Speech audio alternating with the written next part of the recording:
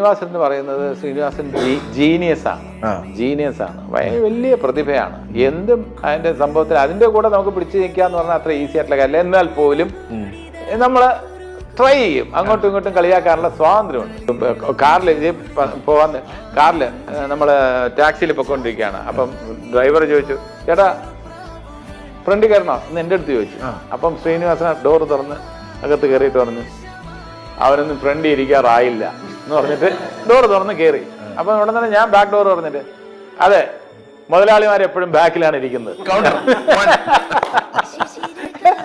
അത് ശ്രീനിവാസൻ ഭയങ്കരമായിട്ട് എൻജോയ് ചെയ്ത് ചിരിച്ചു. അവിടെയാണ് ശ്രീനിവാസന്റെ ഗ്രേറ്റ്നസ്.